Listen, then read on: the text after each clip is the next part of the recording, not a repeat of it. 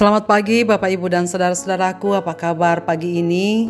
Harapan dan doa saya kita semua sudah bangun dengan sehat dan selalu semangat dalam anugerah Tuhan kita Yesus Kristus. Senang sekali kita berjumpa kembali di pagi ini, kita di acara Renungan Pagi edisi 29 Juni 2023. Pagi ini kita akan membaca Yohanes pasal 13 ayat 6 sampai 14 sebelum kita beraktivitas di hari ini.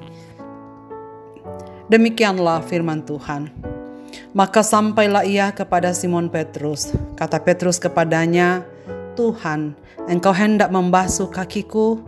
Jawab Yesus kepadanya, "Apa yang kuperbuat, engkau tidak tahu sekarang, tetapi engkau akan mengertinya kelak." Kata Petrus kepadanya, "Engkau tidak akan membasuh kakiku sampai selama-lamanya." Jawab Yesus, "Jikalau aku tidak membasuh engkau, engkau tidak mendapat bagian dalam aku." Kata Simon Petrus kepadanya, "Tuhan, jangan hanya kakiku saja, tetapi juga tangan dan kepalaku." Kata Yesus kepadanya, "Barang siapa telah mandi, ia tidak usah membasuh diri lagi selain membasuh kakinya, karena ia sudah bersih seluruhnya. Juga kamu sudah bersih, hanya tidak semua. Sebab ia tahu siapa yang akan menyerahkan dia. Karena itu ia berkata, tidak semua kamu bersih." Sesudah ia membasuh kaki mereka, ia mengenakan pakaiannya dan kembali ke tempatnya. Lalu ia berkata kepada mereka, "Mengertikah kamu apa yang telah kuperbuat kepadamu? Kamu menyebut aku guru dan Tuhan. Dan katamu itu tepat, sebab memang akulah guru dan Tuhan. Jadi, jika aku membasuh kakimu, aku adalah Tuhan dan gurumu, maka kamu pun wajib saling membasuh kakimu." Teladan korban pembasuhan dosa. "Tak akan kubiarkan engkau membasuh kakiku sampai selama-lamanya. Tidak akan pernah." Demikian dengan tegas Petrus berespons terhadap Tuhan Yesus yang sedang membasuh kakinya. Padahal bukankah itu menjadi baik agar kakinya bersih dari debu?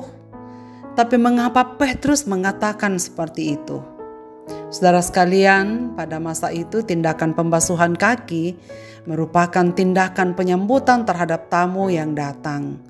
Tuan rumah menyediakan air dan mempersilahkan tamu untuk membasuh sendiri kaki mereka. Sesekali kegiatan pembasuhan kaki itu, para tamu itu dilakukan oleh para pelayan. Namun keadaan ini tidak berlaku bagi Yesus. Artinya, Yesus adalah tamu, dia juga berlaku sebagai pelayan dan sekaligus sebagai tuan rumah. Ia adalah guru dan Tuhan, namun rela membasuh kaki para muridnya sama seperti pekerjaan yang dilakukan oleh pelayan. Karena itulah Petrus menolak dan mengatakan, "Engkau tak akan membasuh kakiku sampai selama-lamanya." Sebab memang secara manusiawi guru tidak pantas membasuh kaki para murid.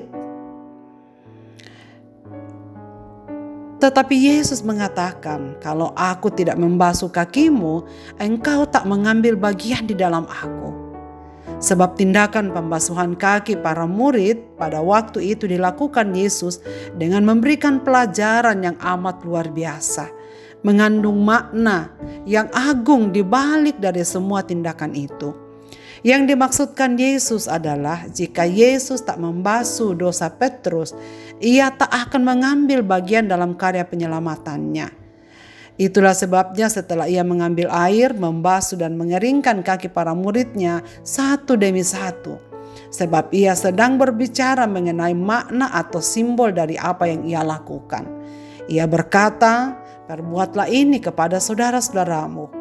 Para pemimpin gereja selayaknya meneladani apa yang dilakukan Yesus ini. Para pemimpin yang sedang memangku tugas dan tanggung jawab sebagai pemimpin, perannya tidak menghalangi dia untuk bertindak sebagai pelayan.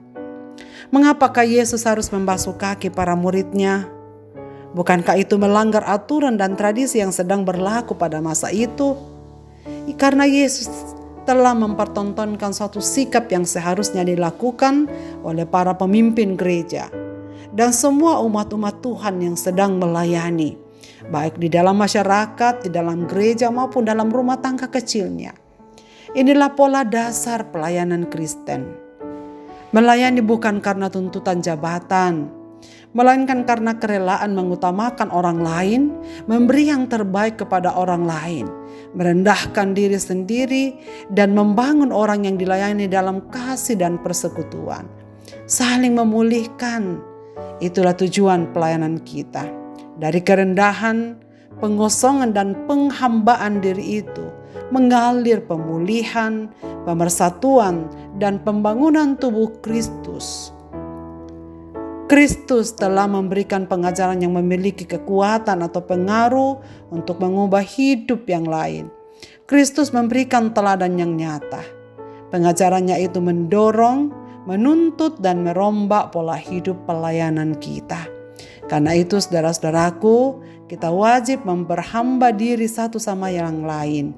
Bila para pelayan Kristus, pemimpin gereja, dan umat-umat Tuhan sedia meniru teladan Tuhan Yesus dalam kehidupan kesehariannya, yang rela merendahkan diri serendah-rendahnya dan berkorban untuk pembasuhan dosa umat manusia, barulah mereka sepenuhnya layak menjadi utusan atau wakil Kristus dalam dunia ini.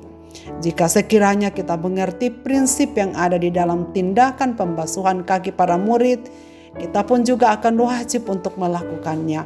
Ketika kita ada di tengah-tengah keluarga, di tengah-tengah pelayanan di dalam masyarakat maupun di gereja dan dimanapun kita mengabdi, hendaknya kita selalu mengingat bahwa pelayanan yang terbaik adalah pelayanan yang merendahkan diri, pelayanan yang rela berkorban, dan yang mengutamakan kepentingan dan kebaikan orang-orang yang kita layani.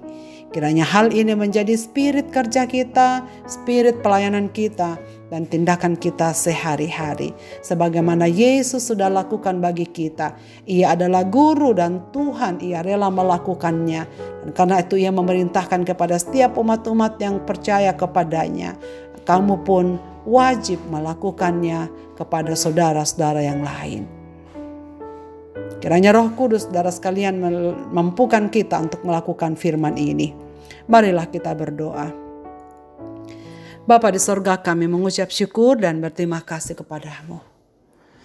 Karena Engkau yang sudah memberikan teladan berharga bagi kami. Engkau adalah korban penghapus dosa manusia. Engkau adalah korban pembasuhan kehidupan kami sebagai manusia di hadapan-Mu.